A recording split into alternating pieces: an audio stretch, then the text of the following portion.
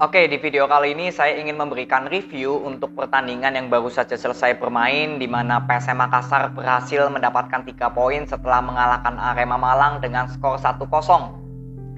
Dan di sini saya coba menjelaskan sesuai dari analisa saya, sesuai yang saya dapatkan dari pertandingan tadi.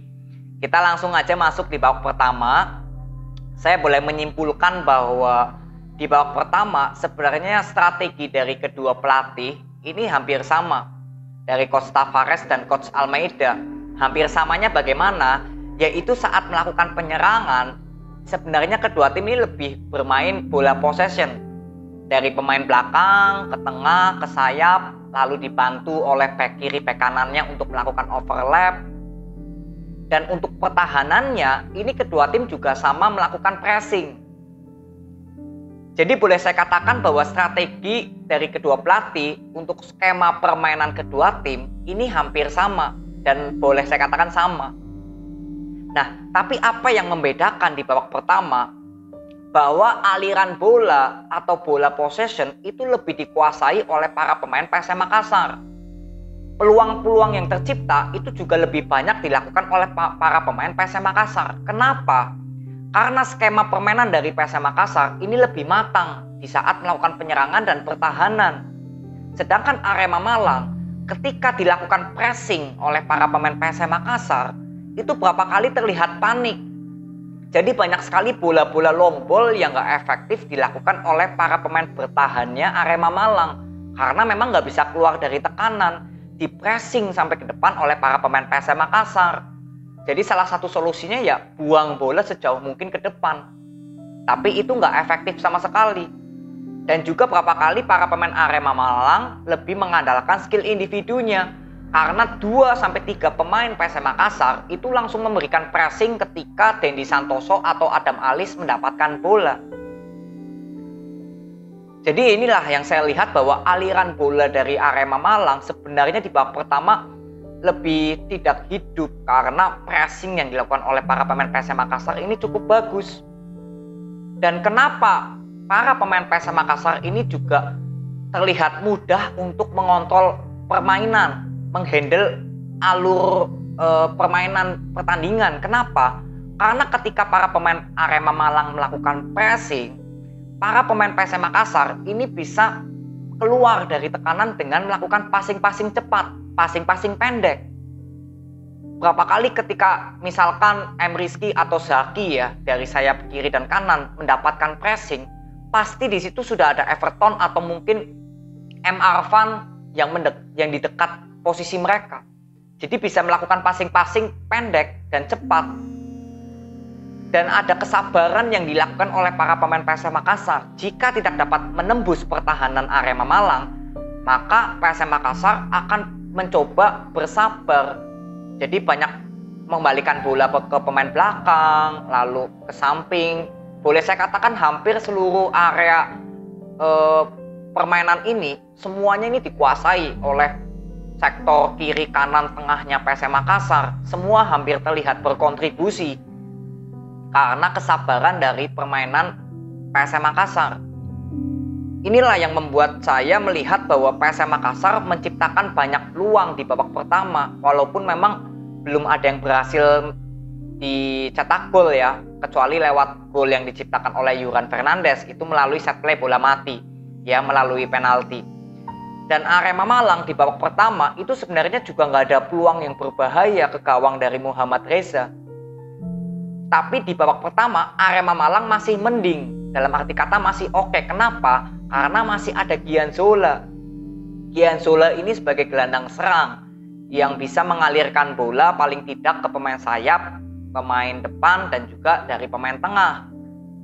Dan Abel Kamara di babak pertama ini juga minim banget supportnya untuk mendapatkan bola. Ya, jadi aliran bola di babak pertama itu lebih dikuasai oleh PSM Makassar. Skema pertahanan dan penyerangan yang saya bilang sama tadi, tapi untuk kedua skema ini memang terlihat PSM Makassar yang berhasil memenangkan dari segi penyerangan dan juga pertahanan. Buktinya juga banyak peluang yang tercipta dari para pemain PSM Makassar sebenarnya dibandingkan dari Arema Malang. Itulah bukti bahwa skema permainan lebih hidup di PSM Makassar daripada Arema Malang. Nah, lalu yang mengejutkan untuk saya di babak kedua, Coach Almeida justru menarik Gianzola dan memasukkan Evan Dimas. Dedik Santoso bermain, Ilhamuddin Armain main ya, itu oke lah, saya nggak banyak berkomentar. Tapi di sini yang saya bingung adalah ketika Gianzola ditarik, Evan Dimas masuk. Artinya Arema Malang tidak memainkan gelandang serang. Dan kita tahu bahwa Arema Malang di babak pertama ini sangat membutuhkan gelandang serang untuk mengalirkan bola. Walaupun berapa kali juga aliran bola dari Arema Malang ini banyak yang putus. Walaupun sudah ada Gianzola sebagai gelandang serang, ditambah di babak kedua justru nggak ada gelandang serang, ya tambah mati yang saya lihat. Jadi di babak kedua Arema Malang benar-benar sama sekali tidak dapat melakukan aliran bola yang hidup. Abel Kamara lah boleh kita lihat berapa kali sih mendapatkan bola, itu bisa dihitung pakai jari.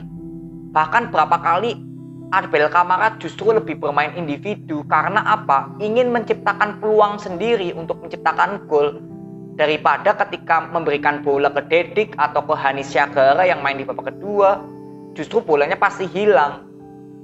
Nah ini kan harusnya Coach Almeida harusnya paham bahwa aliran bola ini dari Arema Malang nggak hidup karena justru menggantikan Gianzola keluar. Dan PSM Makassar ini di babak kedua justru banyak peluang yang diciptakan dari keberhasilan counter attack. Counter attack ini adalah bagaimana para pemain Arema Malang melakukan serangan tapi kandas, dan di sini PSM Makassar langsung cepat mengirimkan umpan kepada Everton.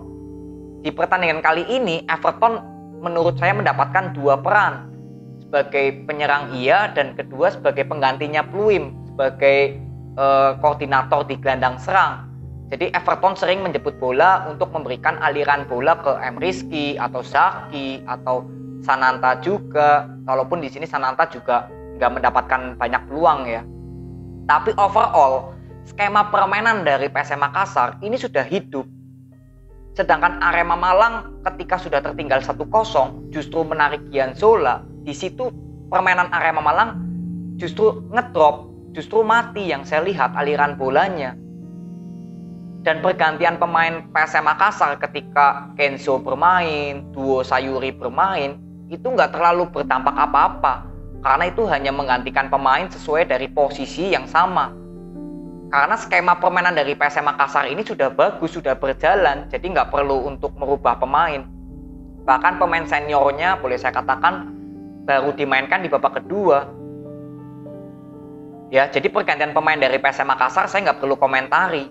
Karena skema permainannya sudah berjalan, nggak ada masalah. Jadi inilah yang membuat saya justru tidak bersatu pendapat ya dengan apa yang dilakukan oleh Coach Eduardo, menggantikan Gianzola tanpa menaruh gelandang serang yang murni. Karena Evan Dimas ini bukan tipe sebagai pemain yang suka memberikan skill individu atau intercept.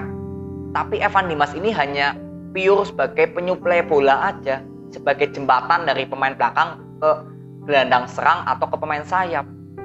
Jadi Evan Dimas juga kewalahan ketika mendapatkan bola, ingin memberikan operan ke Abel atau ke Dedik ya di babak kedua. Ini juga berapa kali ya melalui passing-passing long ball lagi, dan itu nggak efektif. Berapa kali passing-passing long ball itu gampang diantisipasi oleh para pemain PSM Makassar, dan itu justru bisa memanfaatkan menjadikan peluang melalui counter attack dari para pemain PSM Makassar. Jadi inilah ya analisa yang saya bisa dapatkan bahwa untuk PSM Makassar secara skema permainannya itu lebih matang daripada Arema Malang. Ditambah di babak kedua Arema Malang justru melakukan perubahan pemain, pergantian pemain, pergantian formasi juga menjadi 4-4-2, justru nggak mendapatkan nilai positif di babak kedua, justru tambah turun performnya dibandingkan di babak pertama. Inilah kesimpulan yang saya bisa ambil. Semoga untuk pergantian pemain, pergantian formasi dari Coach Almeida ini bisa lebih dipahami, karena skema permainan Arema Malang ini sudah terlihat di babak pertama nggak hidup. Jadi semoga di pertandingan berikutnya ketemu Rans Nusantara ini bisa menjadi perhatian khusus untuk Coach Eduardo, karena saya jujur nggak sependapat dengan apa yang dilakukan oleh Coach Eduardo di babak kedua dengan melakukan pergantian pemain yang cukup unik menurut saya. Dan untuk PSM Makassar tinggal melanjutkan konsistensinya aja, karena ya memang saya nggak perlu banyak berkomentar. Skema permainan dari PSM Makassar ini sudah cukup berjalan cukup bagus. Cuma memang mungkin kritik saya lebih bisa memanfaatkan peluang yang tercipta di depan gawang ya. Itu aja sebenarnya. Karena PSM Makassar ini harusnya bisa memanfaatkan peluang yang lebih maksimal untuk berbuah gol. Ya, ada beberapa momen yang saya lihat ketika pemain PSM Makassar mendapatkan peluang untuk melakukan shoot, tapi justru membawa bola lagi untuk melewati pemain belakangnya Arema. Jadi momennya hilang untuk PSM Makassar, pemainnya melakukan shoot. Kalau nggak salah Rizky ya di babak kedua. Lalu ada peluang gol dari Kenzo, lalu ada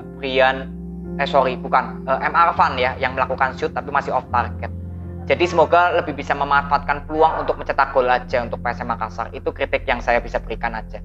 Ya, jadi overall udah bagus untuk PSM Makassar. Selamat mendapatkan 3 poin. Semoga ini bisa terus menjadikan konsistensi untuk besok di Piala AFC ya, final menghadapi Kuala Lumpur. Semangat untuk PSM Makassar. Lalu untuk Arema Malang tetap semangat. Semoga besok menghadapi Ranci Logon bisa memperoleh hasil yang positif. Jadi ini aja video yang saya bisa berikan kepada kalian. Terima kasih yang sudah menonton sampai akhir. Respect banget buat kalian. Nanti kita ketemu di video berikutnya.